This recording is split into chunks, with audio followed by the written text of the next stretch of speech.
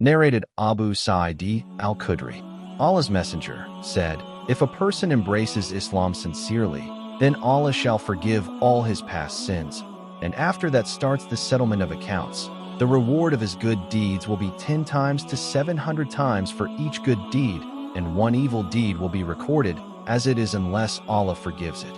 قال مالك أخبرني زيد بن أسلم أن عطاء بن يسار أخبره أن أبا سعيد الخدري أخبره أنه سمع رسول الله صلى الله عليه وسلم يقول: إذا أسلم العبد فحسن إسلامه يكفر الله عنه كل سيئة كان زلفها، وكان بعد ذلك القصاص.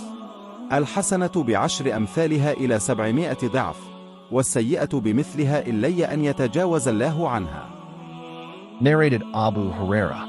Allah's Messenger said, "If any one of you improve, follows strictly his Islamic religion, then his good deeds will be rewarded 10 times to 700 times for each good deed, and a bad deed will be recorded as it is." حدثنا إسحاق بن منصور قال حدثنا عبد الرزاق قال أخبرنا معمر عن همام عن أبي هريرة قال: قال رسول الله صلى الله عليه وسلم: إذا أحسن أحدكم إسلامه فكل حسنة يعملها تكتب له بعشر أمثالها إلى 700 ضعف، وكل سيئة يعملها تكتب له بمثلها. Narrated Aisha. Once the Prophet came while a woman was sitting with me. He said, "Who is she?" I replied, "She is so and so," and told him about her excessive praying. He said disapprovingly, "Do good deeds which is within your capacity, without being overtaxed, as Allah does not get tired of giving rewards. But surely you will get tired, and the best deed, act of worship, in the sight of Allah is that which is done regularly." حدثنا محمد بن المثنى حدثنا يحيى عن هشام قال أخبرني أبي عن عائشة أن النبي صلى الله عليه وسلم دخل عليها وعندها امرأة. قال: من هذه؟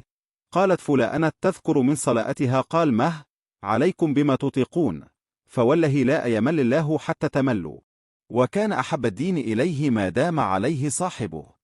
Narrated Anas.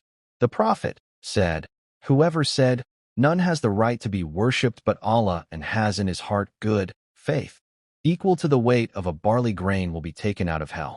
And whoever said, 'None has the right to be worshipped but Allah,' and has in his heart good faith, equal to the weight of a wheat grain will be taken out of hell. And whoever..."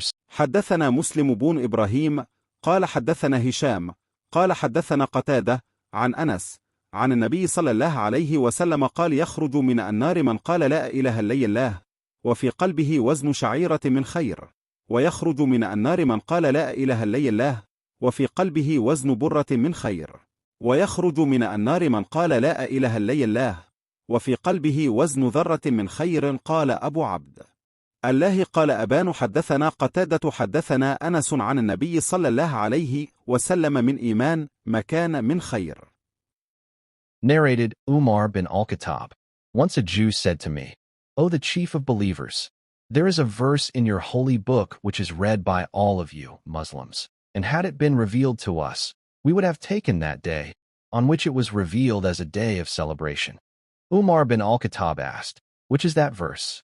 The Jew replied, "This day I have perfected your religion for you, completed my favor upon you, and have chosen for you Islam as your religion."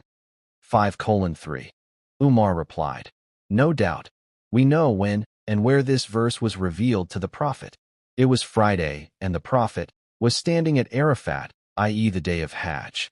حدثنا الحسن بن الصباح سمع جعفر بن عون حدثنا أبو العميس أخبرنا قيس بن مسلم عن طارق بن شهاب عن عمر بن الخطاب أن رجلا من اليهود قال له: يا أمير المؤمنين، آية في كتابكم تقرؤونها لو علينا معشر اليهود نزلت لاتخذنا ذلك اليوم عيدا. قال: أو آية؟ قال: اليوم أكملت لكم دينكم وأتممت عليكم نعمتي ورضيت لكم الإسلام مدينا. قال عمر: قد عرفنا ذلك اليوم والمكان الذي نزلت فيه على النبي صلى الله عليه وسلم وهو قائم بعرفة يوم جمعة.